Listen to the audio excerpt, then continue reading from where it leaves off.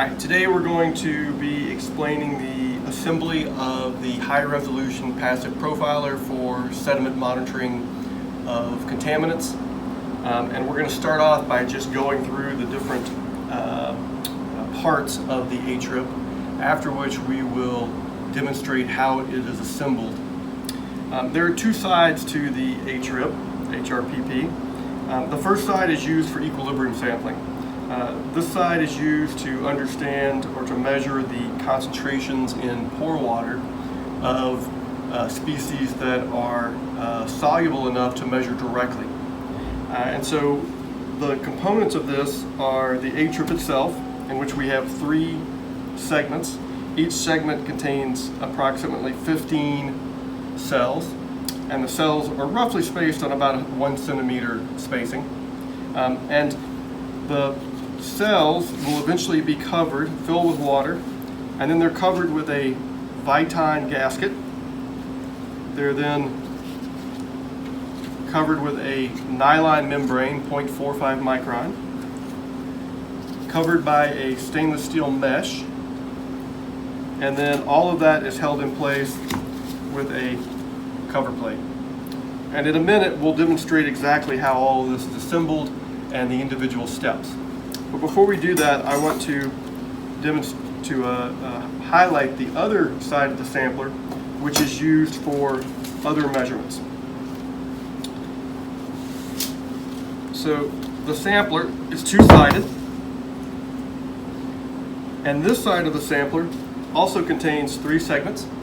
It contains 4 sets of cells that are used to measure pore water velocity, and 3 sets of cells that are used to hold bioset beads, which can be used to evaluate the microbial community and perform CSIA if the compound is amenable to that measurement. So on this side we have the velocity cells, and the first step is to cover the cells with a gasket. There's a inner stainless steel plate that goes on next. There is 2 screws that are screwed down. There is another gasket, followed by the nylon membrane, followed by the nylon mesh,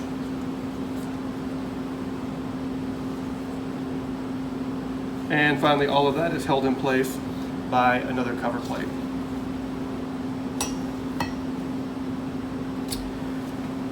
The bioset compartments are filled with bioset beads. There's only a stainless steel mesh that is placed on top, and that mesh is then held in place with a cover plate. And so at this point we're going to stop, and we're going to start at the beginning of the process and show you step by step how all of this is assembled. This can be done in the field or a hotel room.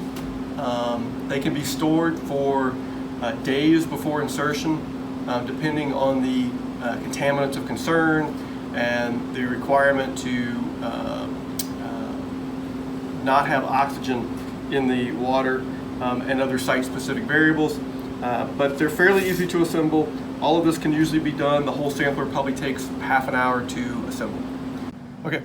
The first step in assembling the HRPP is to assemble the bioset bead compartments. And we do this because the bioset beads will float, and the rest of the assembly is done under the water. And it's very difficult to assemble these cells if you haven't already assembled the bioset beads, because the beads keep floating off. So the bioset beads can be obtained from Microbial Insights, and they come in dried pouches. We've already opened the pouch.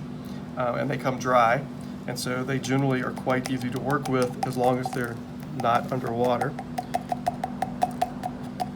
And you essentially just are going to fill each compartment.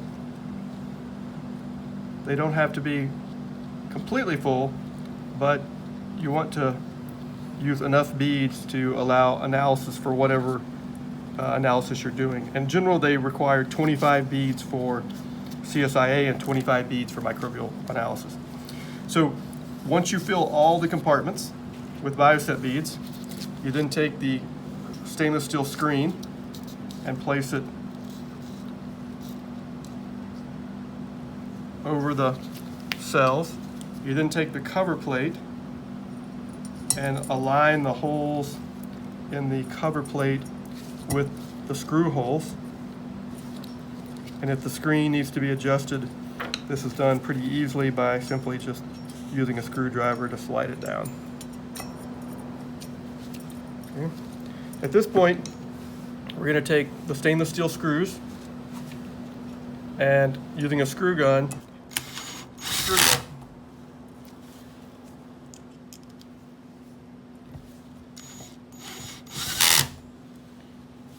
So the screw. Okay. So once all the screws have been inserted using the screw gun, it's always a good idea to go back with a screwdriver and hand tighten to make sure that the screws are tight. All right, once the plate that covers the bioset beads has been installed in all three compartments, you can then assemble the remaining portions of the peeper. And the first step in that process is going to be to submerge the peeper underwater. So the next step in assembling the HRPP is to prepare the stainless steel screens with the SPME fibers, which are used to monitor for hydrophobic organic compounds. These aren't always used. The devices can also be used for other constituents, but for constituents like PCBs, DDX, PAHs, the preferred method is to use SPME fibers, and so those have to be attached. And so the way we do this is to first, we're going to just hold the screen in place without any of the other components. So notice there's no membrane, there's no Viton gasket. And so we're just going to place the screen on. We're going to attach the cover plate loosely. We're going to tack it down just enough so that the screen doesn't move while we attach the SPME fibers. And so just a couple of screws is plenty, just so that it doesn't move. Okay. So once we've done that, the next step is we use silicone to basically hold the fibers on the mesh. And so we will take a syringe and a large gauge needle. This is an 18 gauge needle. And so you can open the syringe, you basically fill up the syringe with the silicone, and then that allows you to precisely control where the silicone goes.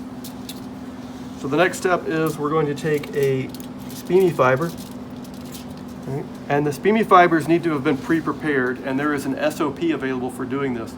But the fibers have to be equilibrated with a performance referent compound for whatever constituent is appropriate.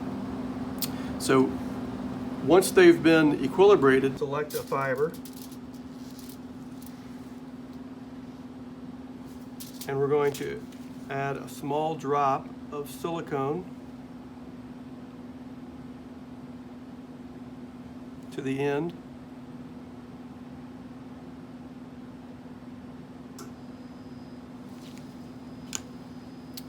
And we're going to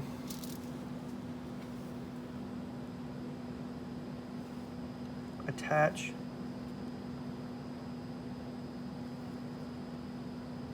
the fiber to the screen by just gently pressing down.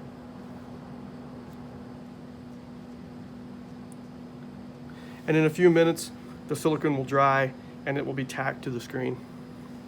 So this process is repeated until all of the cells have a fiber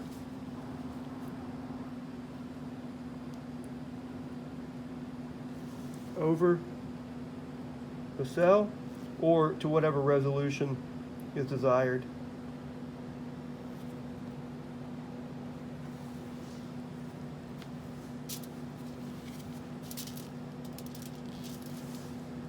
And the silicone is not an issue because when the samplers are retrieved, we cut off the ends of the SPME fibers so that the small drop of silicone doesn't cause any type of interference with the extraction.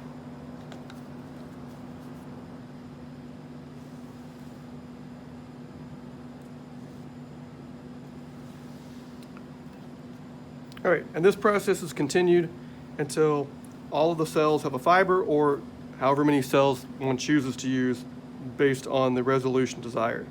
The important thing to notice is that the fibers are always over the cells. This ensures that the sediment is going to make good contact with the fiber. So once the fibers have been placed on at all the locations desired, you can carefully remove the cover plate.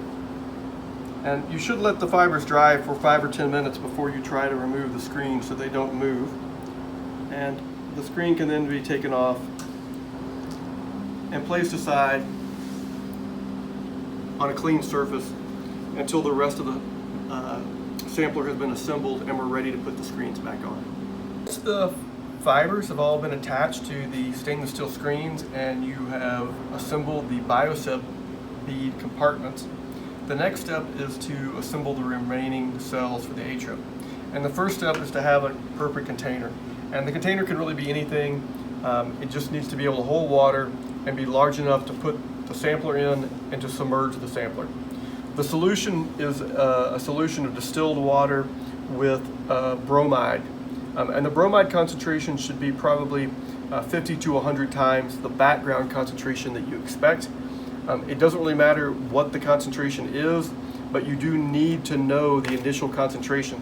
So in general, when we're assembling these, we sample the water usually 4 or 5 times during the assembly process for multiple peepers in order to ensure that we know the concentration of bromide at time 0. So we have our container, it's filled with water.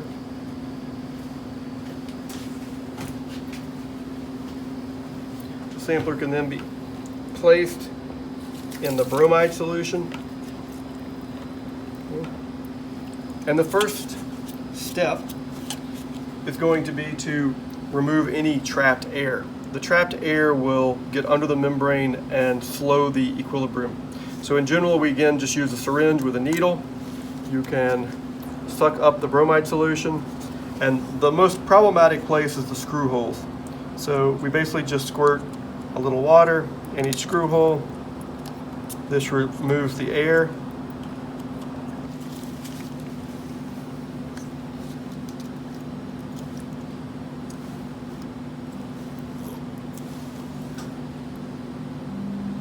Once that is done, you can just quickly check and make sure there's no air bubbles that are clinging to the side. This is usually not a problem. Once all the air bubbles have been removed from the sampler, you can then assemble the equilibrium cells. The first step in this process is to place the Viton gasket, and it's placed down. You then take the nylon membrane, and the nylon membrane is placed over the gasket. And this nylon membrane is commercially available. We use this, which is a 0.45 micron. It comes in sheets, and these can basically be cut to any size. So after the membrane's been placed, we're then going to carefully place the stainless steel screen with the attached fibers over the membrane. And we do this to make sure the fibers are not touching the membrane, because we want the sediment to be able to come on all sides. You can then take another piece of stainless steel mesh and sandwich the fibers so that they can't move. And then finally, the cover plate is placed over everything. The next step is to attach it, and before you try to insert the screws, It's preferable to puncture the membrane so that it doesn't grab the threads.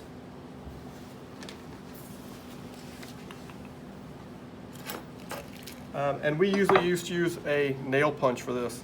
You don't want it to be too sharp, but you want it to be sharp enough where it doesn't tear. And so just a quick jab while you hold the cover plate down so it doesn't move.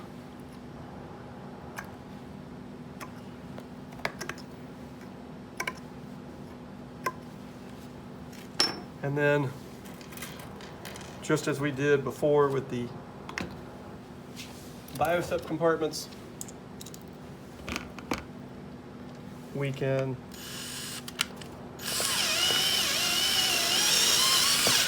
attach the cover plate.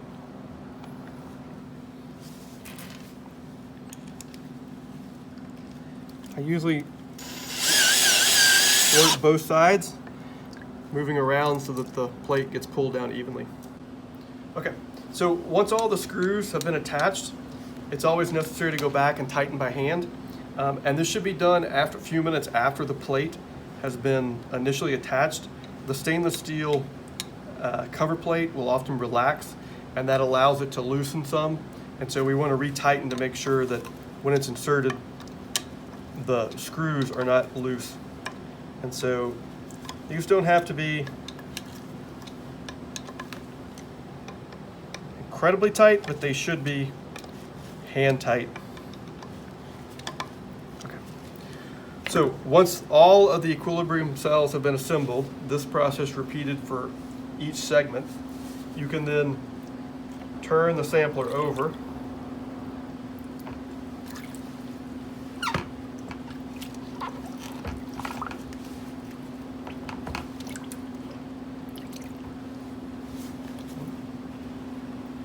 And we can then assemble the velocity cells. So we can see our biosep beads here. All of these would be assembled normally. And now we're going to focus on the velocity cells. To assemble the velocity cells, we first again are going to remove any air that's entrapped in the screw holes.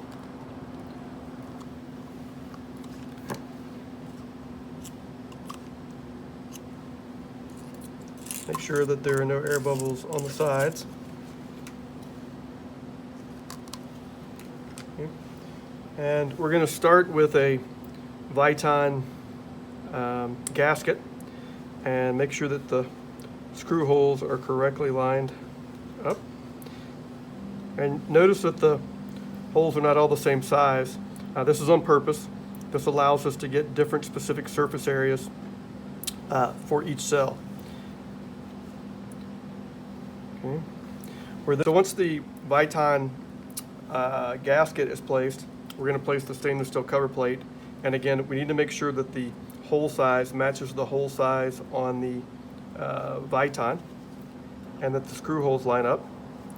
And then we're going to take some small screws that essentially just make sure this cover plate doesn't move. And we'll attach those.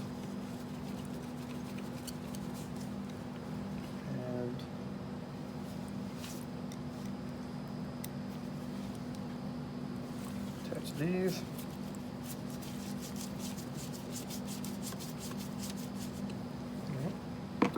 We're then going to take another Viton gasket,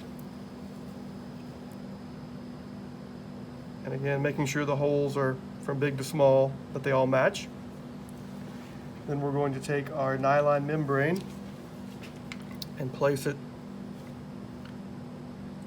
over the Viton. We then are going to have a nylon mesh.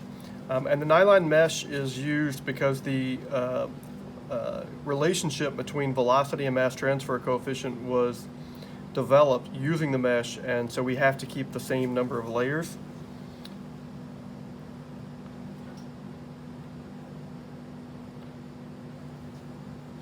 We're then going to take a stainless steel screen,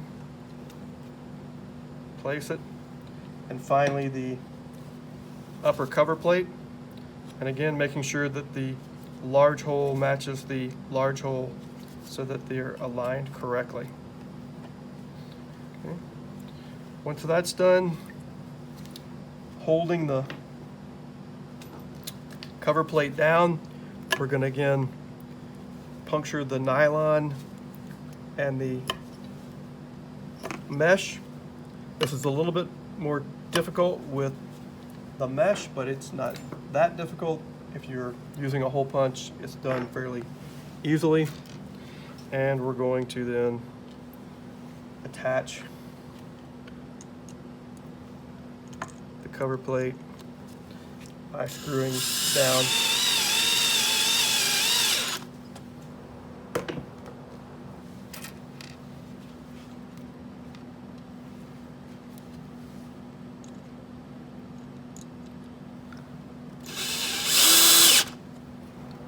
All right, and we'll finish that up. So once all the screws have been attached and all the cover plates and all the different compartments have been assembled, you can transfer the samplers and store them. And they can be stored for a few hours, depending upon the exact constituents you're measuring, but they need to be stored submerged. And so generally we take a large ice chest, we add the same bromide water they were assembled in, and we place them in the ice chest. And that also facilitates their transport to the field if you're assembling these in a lab or in a hotel room. If they're assembled in the field, that's fine. They can still be stored in the ice chest, and you can use the same container to assemble multiple samplers. The time issue is really just related to what compounds you're measuring on the SPMEs. And generally, if the SPMEs are submerged, they have a fairly slow equilibration. And so up to, let's say, maybe 12 hours, it's not going to cause a problem, but you probably would not want to store them for more than 12 hours. There's more detail on all of these components and explicit instructions on assembling these in the PowerPoint that also goes over the same method. I'd also like to say that I've demonstrated the assembly of a stainless steel HRIP. These are generally used to monitor for hydrophobic organic compounds or chlorinated solvents, or their non-metallic species. If you're interested in monitoring for metals, the same version of the peeper exists, but in polycarbonate. This removes the metals, and so we don't have interferences from the stainless steel with whatever metal is being monitored. But the assembly is all the same, except for that we substitute a nylon coarse mesh for the stainless mesh, again to eliminate the use of metals in the sampling.